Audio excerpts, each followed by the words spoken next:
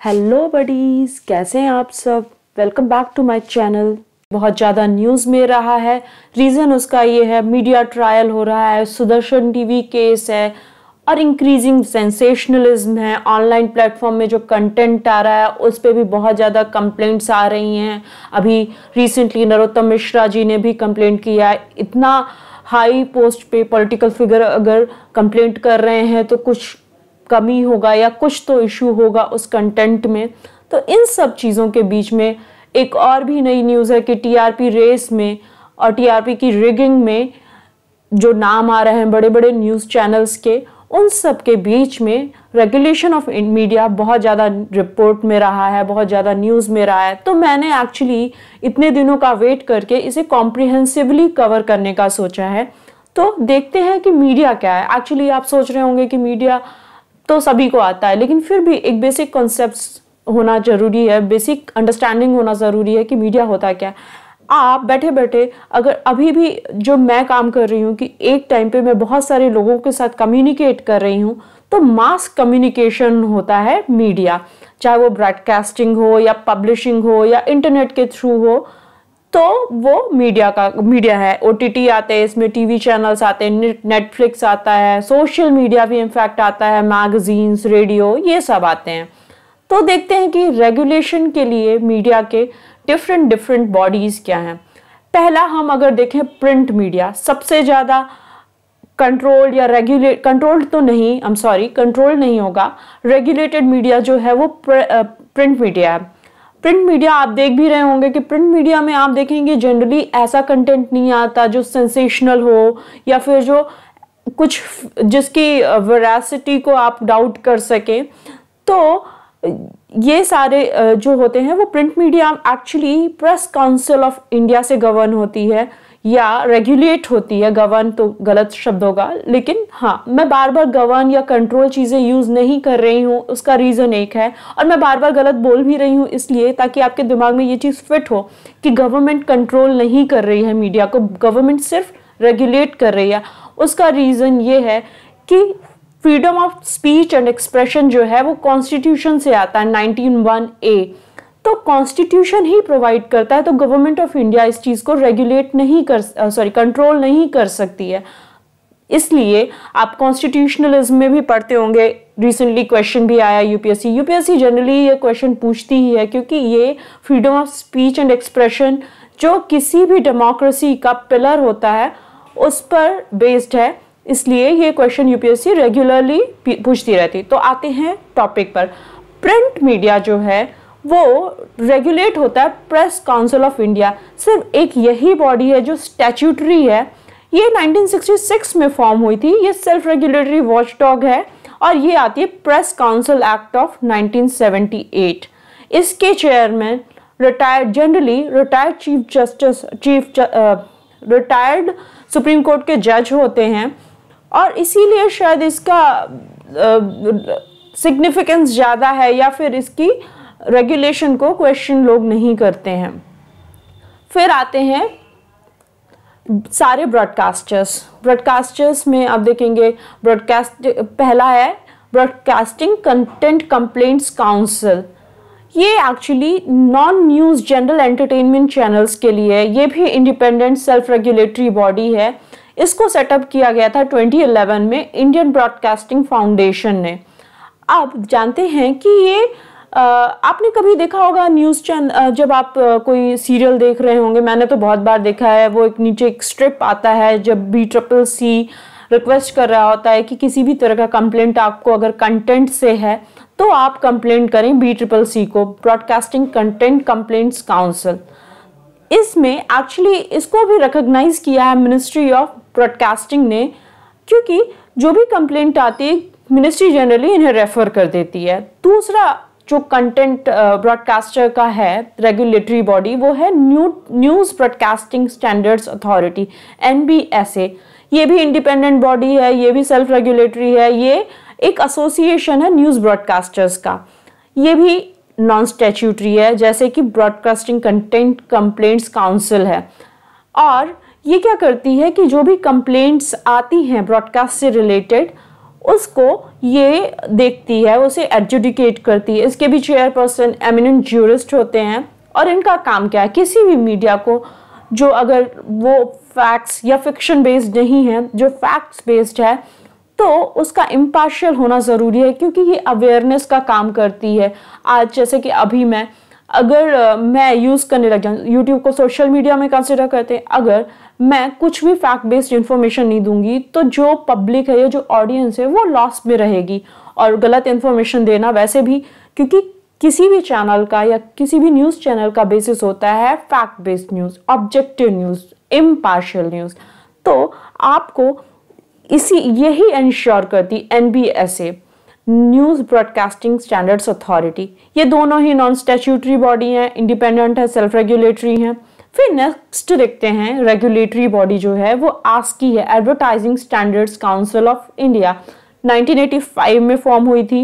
ये advertising industry के लिए है, जो आप टीवी में एड्स देखते हैं उसको रेगुलेट करने का काम करती है। नॉन गवर्नमेंट बॉडी है, ये कोड फॉर्म करती है और इंश्योर करती है कि इस जो भी एड्स हैं वो कोड को कंफर्म करें। जो एडवर्टाइजमेंट्स आप टीवी में देखते हैं, यूट्यूब पे देखते हैं, वो उन एडवर्टाइजमेंट्स को इंश्योर करती है कि वो कंफर्म करें, ये डिसेंट हो, लीगल हो, ट्रूथफुल हो और सही इंफॉर्मेशन दे।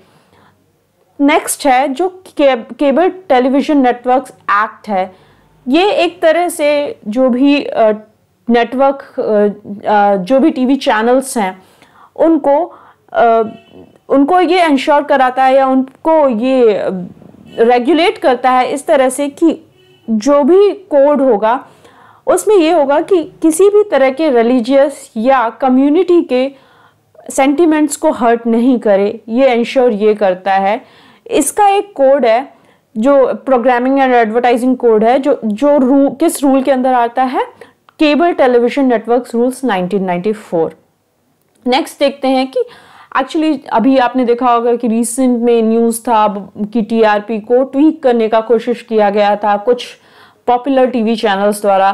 तो वो क्यों हुआ, बहुत सारे रीजंस है। ऑब्वियसली एडवर्टाइजमेंट सबसे बड़ा रीजन है उसका, पॉपुलर क्योंकि इनके सारों के रेवेन्यू एडवर्टाइजिंग से सबसे ज़्यादा आते हैं। तो उसका एक रीज़न, TRP रेस का एक रीज़न और भी है, वो ये है कि अभी एक जो कैटलिस्ट का काम किया है, अभी रिसेंटली में न्यू टैरिफ ऑर्डर आया है ट्राई का 2020 का।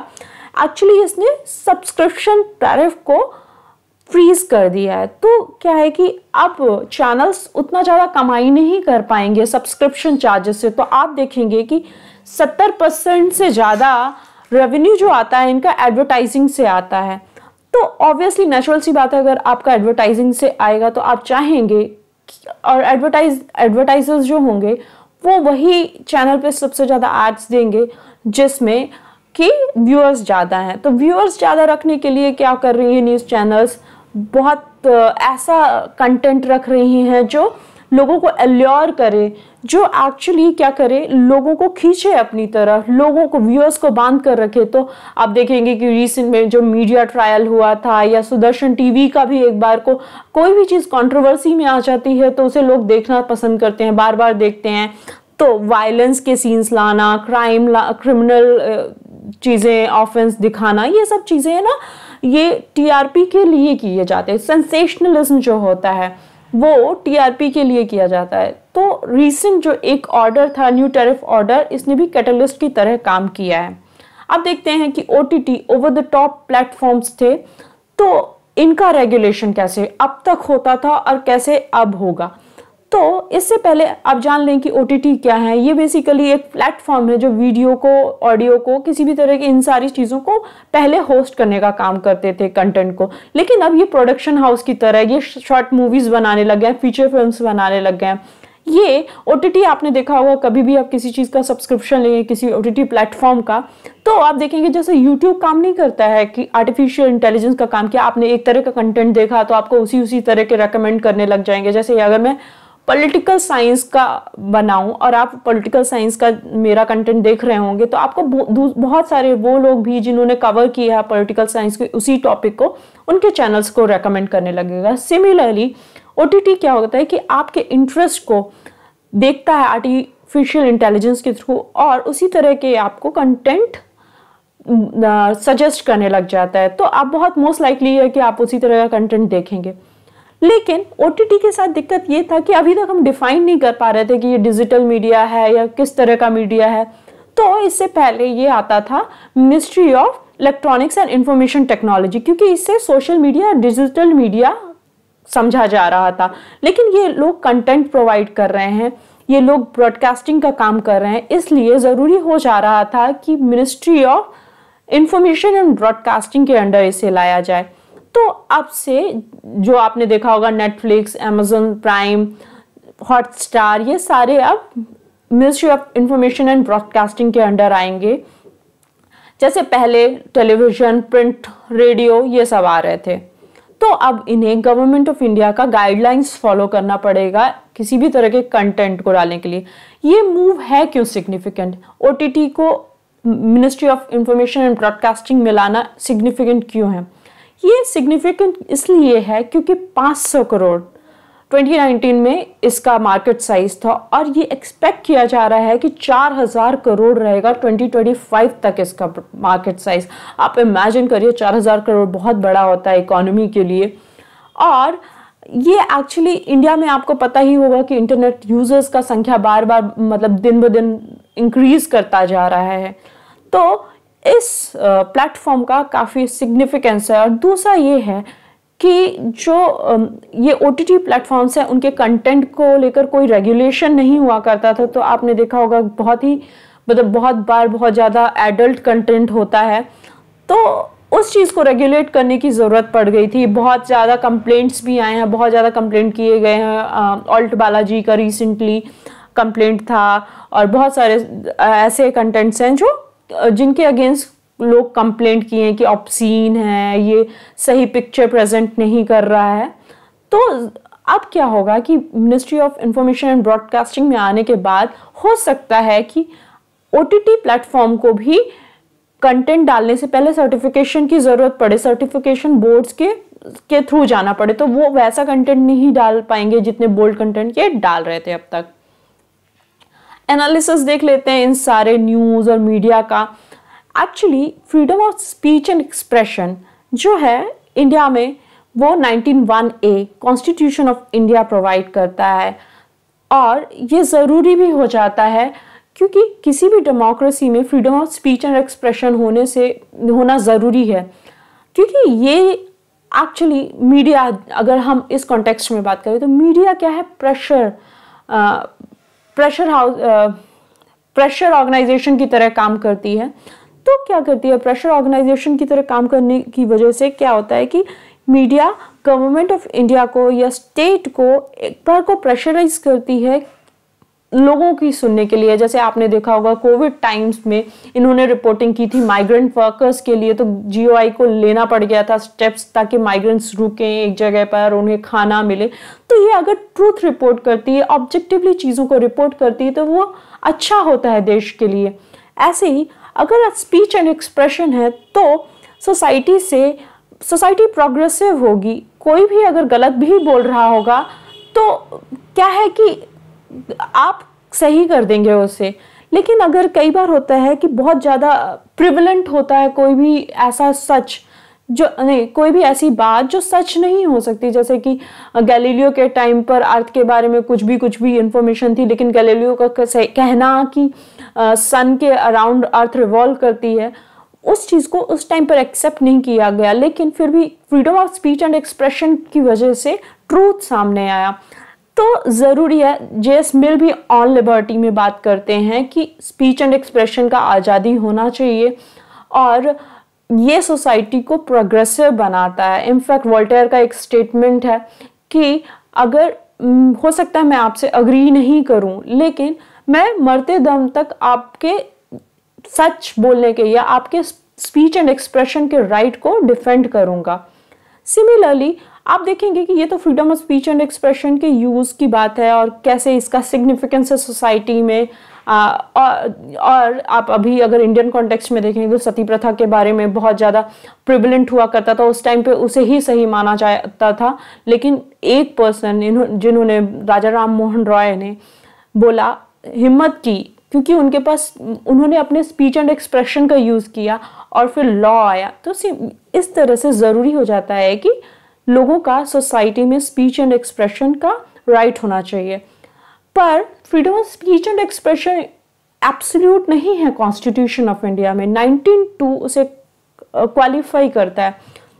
इसके बहुत सारे ग्राउंड्स है रिस्ट्रिक्शन के, freedom of speech and expression के। उसमें एक सॉवरेंटी है, इंटेग्रिटी है, friend relations with foreign states. आपने रिसेंटली न्यूज़ में देखा होगा, बहुत सारे न्यूज़ चैनल बहुत गंदी गंदी रिपोर्टिंग कर रहे थे नेपाल गवर्नमेंट के बारे में, क्योंकि नेपाल गवर्नमेंट और चाइना के वजह से, चाइना के साथ अच्छे लिंक्स की वजह से, अच्छे रिलेशंस की वजह से बहुत ऐसा ऑब्सीन टाइप का रिपोर्टिंग किया था बहुत पॉपुलर न्यूज़ टीवी चैनल्स में, आप चाहे तो देख सकते हैं। वैसे ही क्योंकि स्पीच एंड एक्सप्रेशन में ये भी ध्यान रखना होगा कि आपको फ्रेंड रिलेशंस होने चाहिए अदर स्टेट से, वो हैम्पर नहीं होना चाहिए, पब्लिक ऑर्डर हैम्पर नहीं होनी चाहिए, क्योंकि बहुत बार इंसाइटमेंट कर देते हैं तो आपका स्पीच है जो वो इंसाइट करता है लोगों को वायलेंस के लिए, तो पब्लिक ऑर्डर भी एक रेस्ट्रिक्शन है। डिसेंसी एंड मोरालिटी है, कंटेम्प्ट ऑफ कोर्ट है, डिफेमेशन, जिसे सुप्रीम कोर्ट ने सुब्रमण्यम स्वामी के केस में जो सेक्शन 499 और 500 के अंडर आता है अपहोल्ड किया था आईपीसी के सेक्शन 499 एंड 500 में, इंसाइट नहीं करे ऑफेंस। तो आप देख सकते हैं कि ये ग्राउंड्स है जिसमें स्पीच एंड एक्सप्रेशन को क्वालिफाई किया गया है। एब्सोल्यूट नहीं है स्पीच एंड एक्सप्रेशन। ऑब्वियसली अगर स्पीच एंड एक्सप्रेशन एब्सोल्यूट हो जाएगा तो क्योटिक सिचुएशन हो जाएगी सोसाइटी में। तीसरा कि आप जब भी इस तरह की बातें करें मीडिया का, तो मीडिया के रिपोर्टेज में ये ज़रूरी है कि इनडिसेंट रिप्रेजेंटेशन ऑफ वुमेन नहीं होना चाहिए। बहुत बार आप एडवर्टाइजमेंट्स में देखेंगे कि आपको लगेगा कि ये तो ऑब्जेक्टिफिकेशन ऑफ वुमेन है। तो 1986 का एक्ट है जो गाइड करता है कि कोई भी एड इनडिसेंट नहीं होने चाहिए, जो कि कॉन्ग्रुएंस में है 51(a)(e), जिसमें ये कहा गया है कि आप कोई भी एक्ट डेरोगेटरी नहीं होना चाहिए। ये फंडामेंटल ड्यूटी है हमारी। और यूनिटी और इंटेग्रिटी को होल्ड करने का जो 51(a)(c) है, अपहोल्ड करना एक फंडामेंटल ड्यूटी है। तो आप अगर देखेंगे कि सुदर्शन टीवी का जो केस हुआ था जिसमें कॉन्स्पिरेसी या एक कम्युनिटी का इन्फिल्ट्रेशन वर्ड यूज किया था कोट अनकोट, तो वो सही नहीं है, क्योंकि ये सोसाइटी की नेशन की इंटेग्रिटी और यूनिटी को चैलेंज करता है या हैम्पर करता है।